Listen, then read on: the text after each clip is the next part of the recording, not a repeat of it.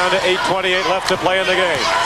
To the basket goes Brian Warwick. Out to Lonnie McFarland. I think you said something, Gary. He's got the hand and good penetration. Now St. Joe's is back to the type of offense they need. Of course, the zone is allowing them not to get those hurried shots in the pressure defense, but they've got to keep getting those excellent shots. Try and get back where they got a tie so they can spread them again. Teddy Grubbs has been the guy for DePaul. He has given them big plays at both ends. Hitting the line drive jumper, he gives the Blue Demons a 5-point lead. 11 points for Grubbs.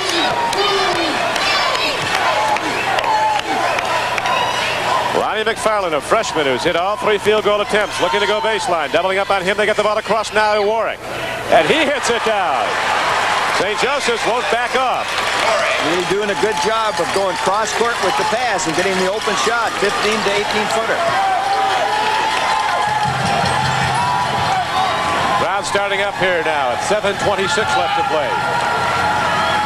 Don Criqui with Gary Thompson, NBC at the Mid-East Regional, Dayton, Ohio. The road to Philadelphia. Here's Dillard quickly over to Bradshaw. Left hand jump shot is down. You can see how DePaul's offense has spread it out. Remember in the first half they were compact trying to get it down inside.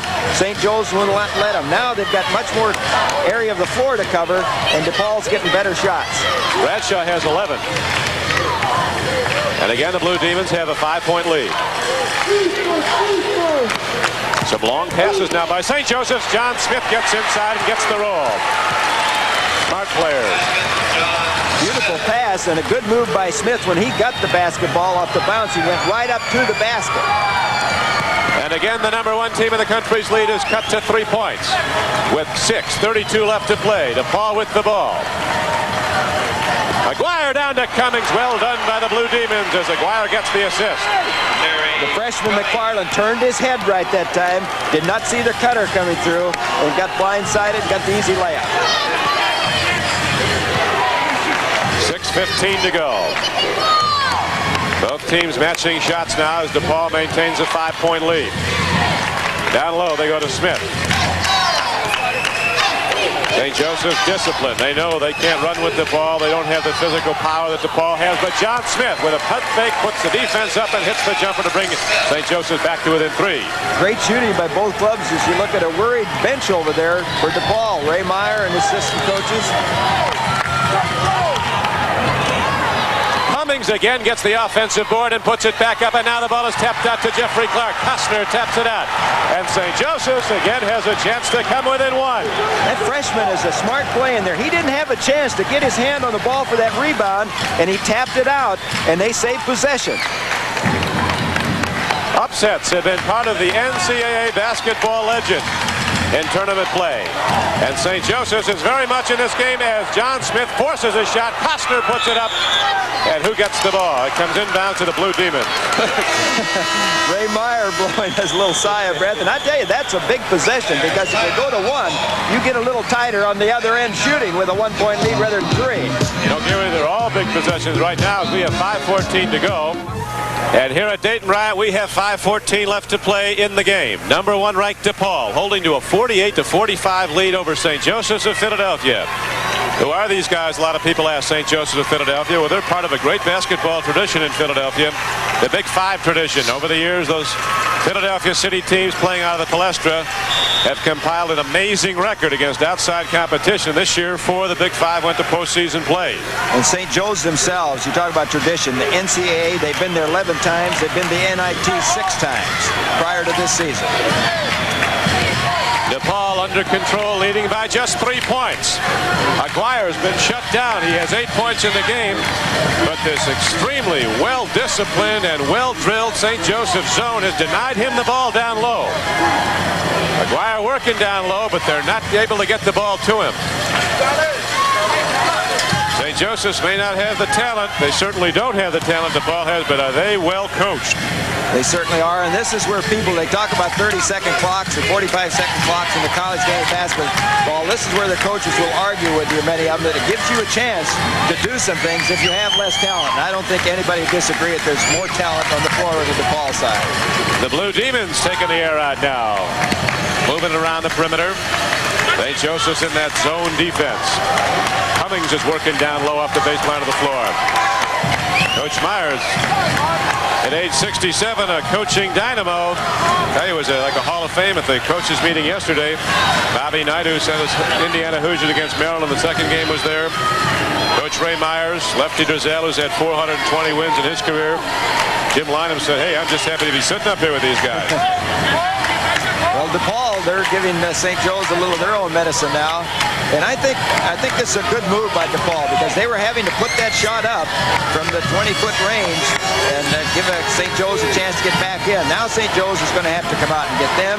It'll put the talent, the one-on-one players against them, and it'll be an advantage to DePaul. 3:26 left to go. 3:24 left to go. The clock winding down as DePaul looking up at a three-point advantage, holding onto the ball. St. Joe's has one opportunity on a foul. They have 5-team fouls, so they can waste one somewhere along the line, keeping somebody maybe blowing the basket wide open or getting an aggressive attempt at a steal. Coach Lyman down to the lower portion of your screen, directing his team. Monday, Wednesdays, and Fridays at 9 a.m. Coach Lyman also teaches calculus at St. Joseph's. Working coach. So with 2:57 left, it's 3-point lead for St. Joe. There is Ray Meyer, the coach of DePaul. His team has been under the gun today as they were a year ago when they were #1 in the country, just as they are now. But Ray Meyer said, when the tournament starts, I don't care what you are, everybody's 0-0 heading into that first game. It's a new season, and we've seen that illustrated today as St. Joseph's comes in with a victory. Ray Meyer said he'd almost rather play the first round than get the bye. He didn't like the time off for his team. Well, that's a good point right there. You have too much time off, and St. Joe's, having been in the first game, was an advantage to him. Although you did mention that DePaul had been in this arena and had played just a week before.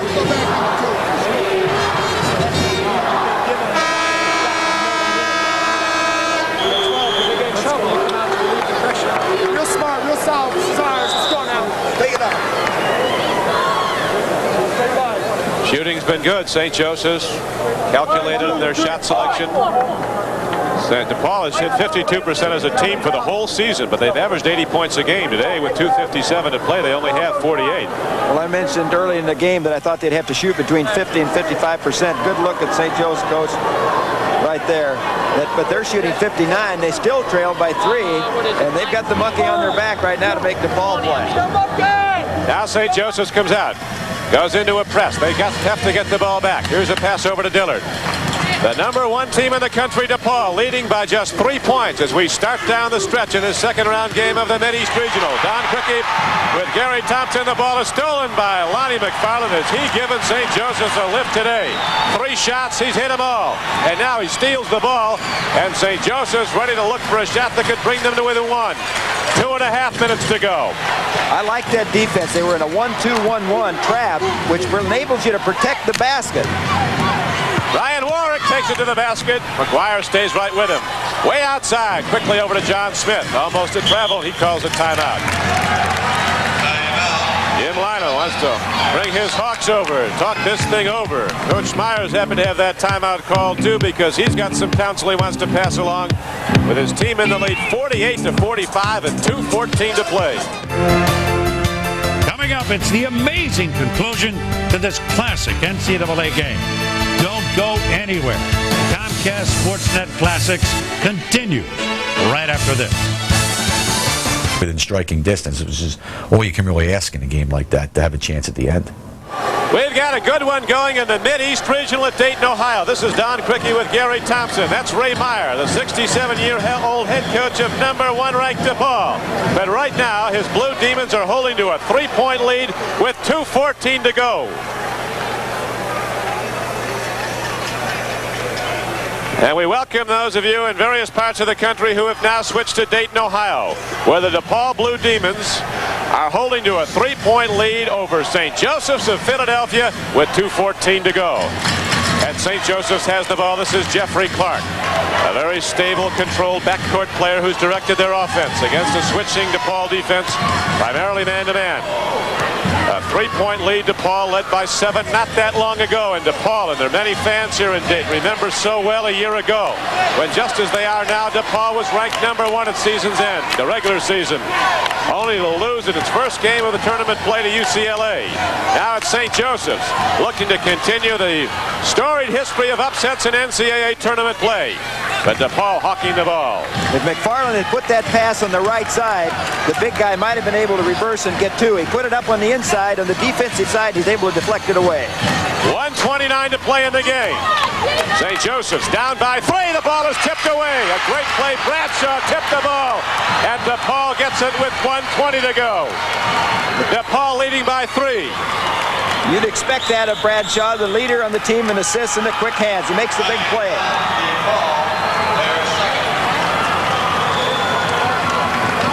A big factor in this game has been the switching defense of St. Joseph's. They have held the leading player in the country, in the opinion of most, Mark Aguirre, to just 8 points. He's averaging over 23 a game. Dillard, who has scored 12 first-half points for DePaul, Gary, has not scored in the second half. No, that's a factor for him.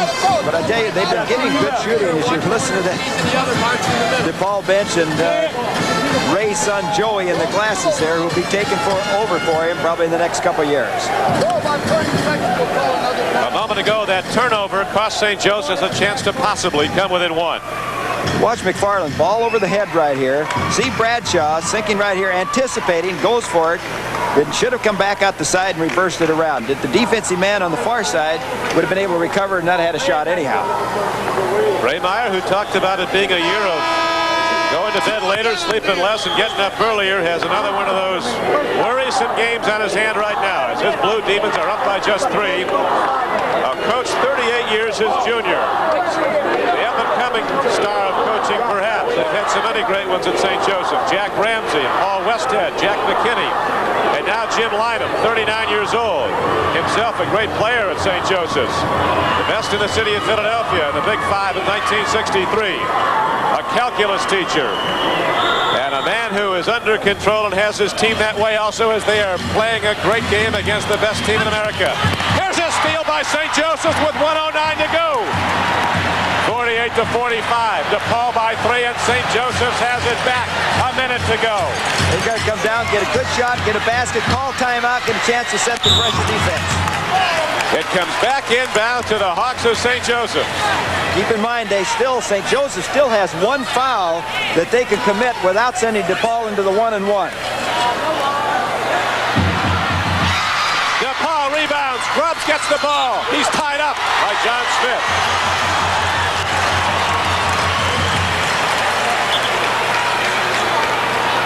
And Coach Meyer, who's won 650 games in his career. 66% of all the Blue Demons have played under him. I don't know if you noticed, Bradshaw went in and said something to Grubbs. Look for maybe a long tap. It could be that kind of situation, although it looks like Clark looks to protect on it. Grubbs can go to the moon. He can go way, way up. The tap is controlled by St. Joseph's. Brian Warwick shoots and scores. It's a 1-point game. 45 seconds to play. But St. Joseph's must get the ball back. DePaul, #1 in the country, looking to avert the upset loss that took them out of the tournament in the second round last year.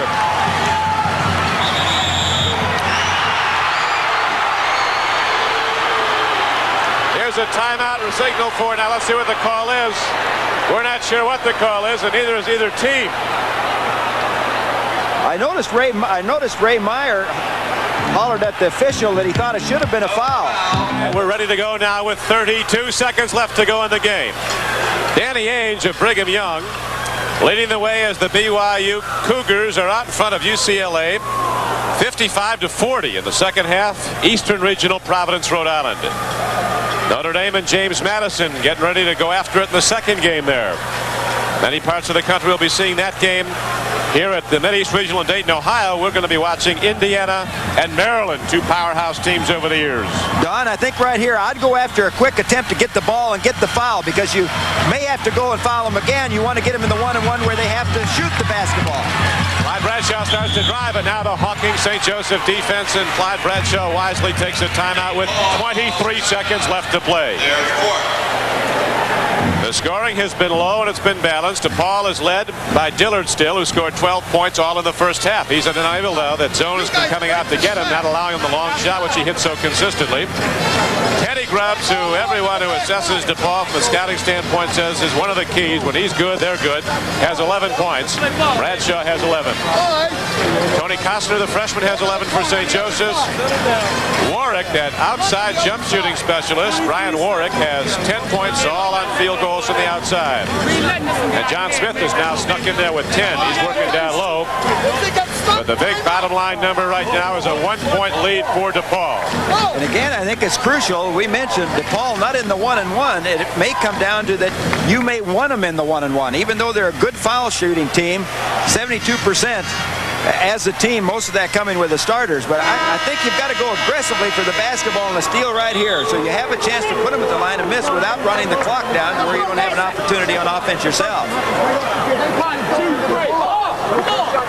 This has been something, and it's just beginning as NBC heads down the tournament road to Philadelphia and ultimately the championship game Monday night, March 30th. This is just the first of a doubleheader game today. There is another NCAA championship tournament doubleheader tomorrow on NBC.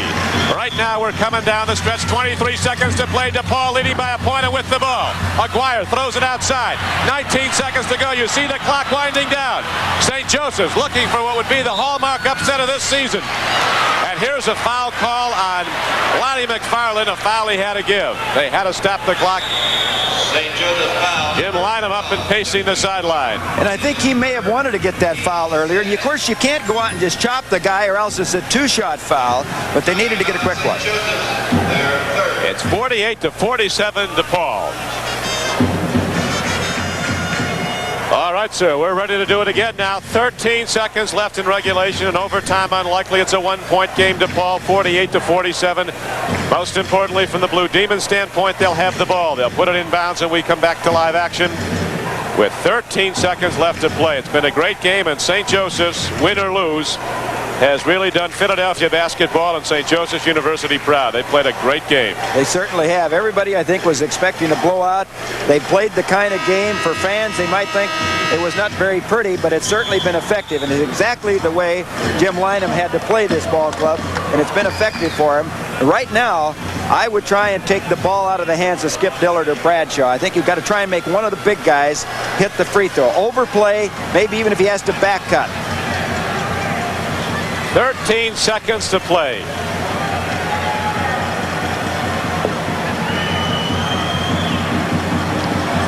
With Gary Thompson, this is Don Criqui at the Mid-East Regional, Dayton, Ohio. DePaul leading 48-47 with 13 seconds to play, and the Blue Demons have just taken their last timeout. And Gary, there's an interesting point which we both heard from Coach Meyer. He thinks one of the things that should be changed in college basketball is a team being allowed to call a timeout when they're unable to get the ball in bounds within the allotted time. He said because it penalizes a great defensive effort like St. Joseph's just demonstrated there. Well, that's certainly right. And, of course, what he is legislating for is, says he'd like to be changed, may work to his advantage right now in that particular case. It looked like they had the big man open, did not want to give it to him. I'm sure they would have liked to have got the ball in, maybe 3 or 4 seconds again, call timeout again, even waste their fifth foul, continually running that clock down. And they've done a good job of it for the last 40 seconds.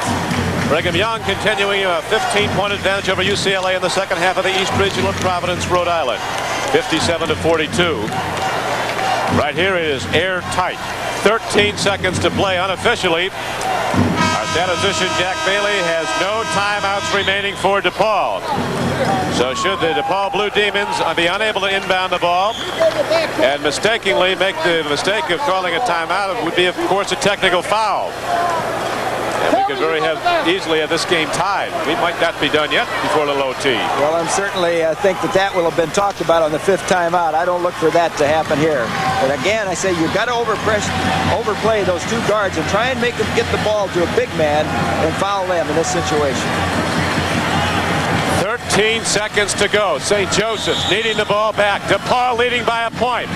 And again, St. Joseph's gives DePaul problems. They get it inbounds to Dillard, and a foul is called. Brian Warwick. Ray Meyer says that was an intentional foul. It should be a two-shot foul. St. Joseph's foul, number 13. Jim Lyman got his hands clasped there. He's hoping.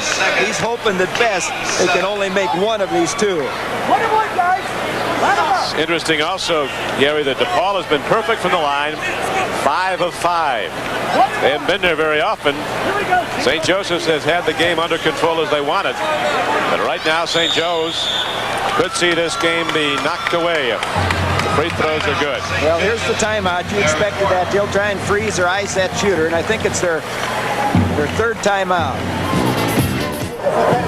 All right, there are the Hawks of St. Joseph's huddling around Coach Lyman. They have to get the ball back, hopefully. St. Joe's standpoint, DePaul might miss it. From a DePaul standpoint, Skip Dillard will be heading out there possibly to put this game away. Well, it certainly will. From St. Joe's standpoint, on this particular possession, if they miss, I would be looking to think of getting the ball off the miss, get it down into the front court, and then call my timeout, which is their fifth. They've got one left. I would not want to call timeout myself on a miss right down that end, because then you go back, DePaul can put pressure defense on you and take some time off. If they can get it down in this end, you can operate much more effectively from this front court with less time, naturally. At the moment, Gary, word comes to us that UCLA has cut Brigham Young's lead to 12 points now in the second half. 50-26. Oh, my! Look at this! St. Joseph's has the ball back. 7 seconds. Look at this! Look at this! Pass. They win! Oh, St. Joseph's wins! Unbelievable! I've seen it all!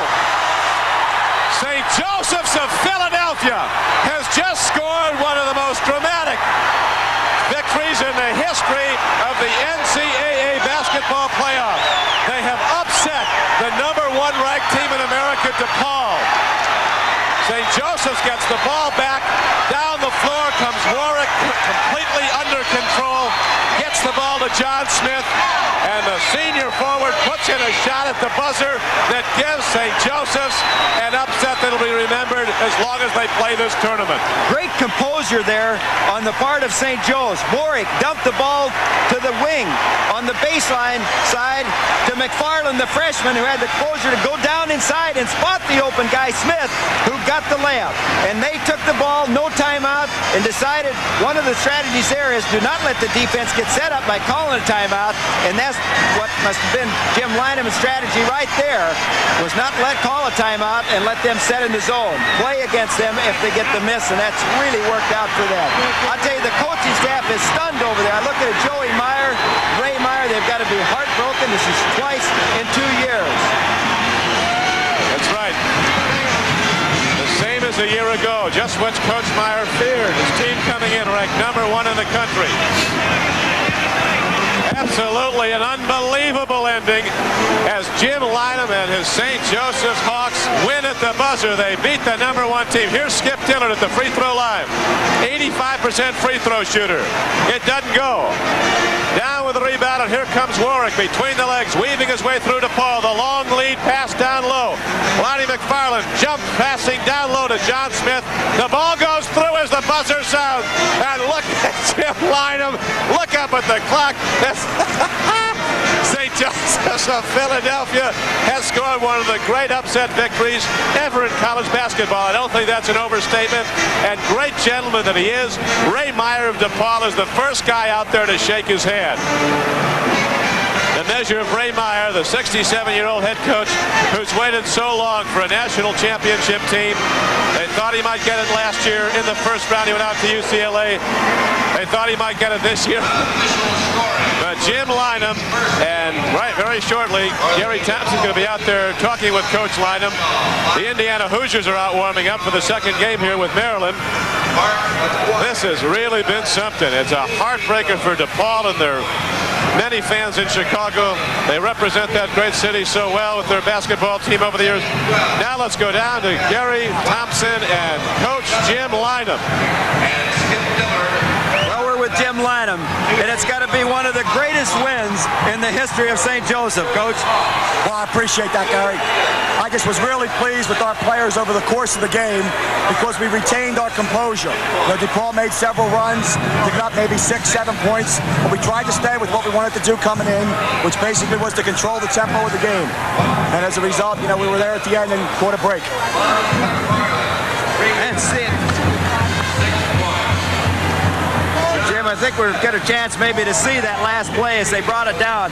I think when you dropped 7 points down was the only time in the ball game where you maybe got out of what you wanted to do and started to force the shot a little quick, but they were pressuring a little tougher too. Well, you're right. I think our defense was pretty steady throughout, and what happened in that one stretch is we were becoming a little too impatient offensively, not taking a little time off the clock, and we missed maybe 4 or 5 consecutive shots. You did. We talked last night about this ball game, and you admittedly said it's a tough game to win. It's a game you could win if you did everything the way you had it mapped out and get a little help. And you certainly controlled the tempo of this ball club. Well, as I mentioned to you, Gary, DePaul played in Philadelphia against LaSalle in a game that all our players saw the game. And LaSalle had done a magnificent job of controlling tempo also, and the game was decided in the last 2 minutes. So I think our players believed us when we said if we could get them into a half-court game, that we had a chance to win the game. I'm having a little trouble hearing here right now, Jim.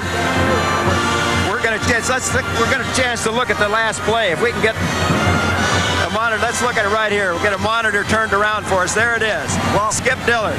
Dillard on the foul line. We don't want to take a timeout here. We figure they're going to be scrambling on defense. Brian Warwick gets the ball. You'll watch him go through traffic. Makes a great play there. A second great play here. Looks up ahead. McFarland wide open. Defense comes out. McFarland spots under the basket. John Smith. That's not John's easiest field goal of his career. Good composure as you look at yourself right there come off. And I'm telling you, you mentioned... I was counting the clock down. When I saw it go down, I saw 3 seconds on the clock. And then I just watched it tick 3, 2, 1. I think they maybe were a little stunned, to tell you the truth. That's my daughter. She's all excited. And guess what? She's still excited. The girl who stole the nation's hearts by jumping into her father's arms is Comcast Sportsnet's own Dee Lynam. She remembers the day 20 years later, as does her father, the coach. And he realizes the significance of that incredible March Madness victory. I think anytime you beat the #1 team, that's a big win. But for a school like St. Joe, and I'm taking nothing away. I mean, St. Joe is a big part of my background, both as a player and as a coach. But having said that, for a team, who's going to be a top 20 team maybe, every few years, but not a perennial. It's not a North Carolina program, a UCLA program. So for that kind of a program to go in and defeat the #1 team in the country, undefeated, I think that's a pretty big strike. In the second half, DePaul wound up going the last 6.5 minutes without scoring. Incredibly, Mark Aguirre finished with only 8 points. The only game in Aguirre's entire college career he failed to reach double figures. St. Joe went on to the Sweet 16, where the Miracle Hawks squeezed out one more win, a 42-41 nail-biter against Boston College. And then the magic ran out. Indiana, led by Isaiah Thomas, walloped St. Joe 78-46, and the Hawks' run was over. Ironically, that marked the end of the Jim Lyman era at St. Joe's. After the season, he resigned to take an assistant coaching position with the Portland Trail Blazers. In all sports, it still stands alone. March Madness, the drama of the teams getting into the field, teams on the bubble. The entire nation is focused on college basketball. For 3 weeks, it's pure drama. And the thing that makes it unique is the format. One and done. Lose and it's over. And only one team can celebrate at the end. For all the others, it's wait till next year. For the Hawks, a never-forgotten moment. For Jim Lyman, it launched a career. For more on this program, check out the Classic Zone at ComcastSportsnet.com. I'm Al Meltzer. We hope you enjoyed this March Madness edition of Comcast Sportsnet Classics.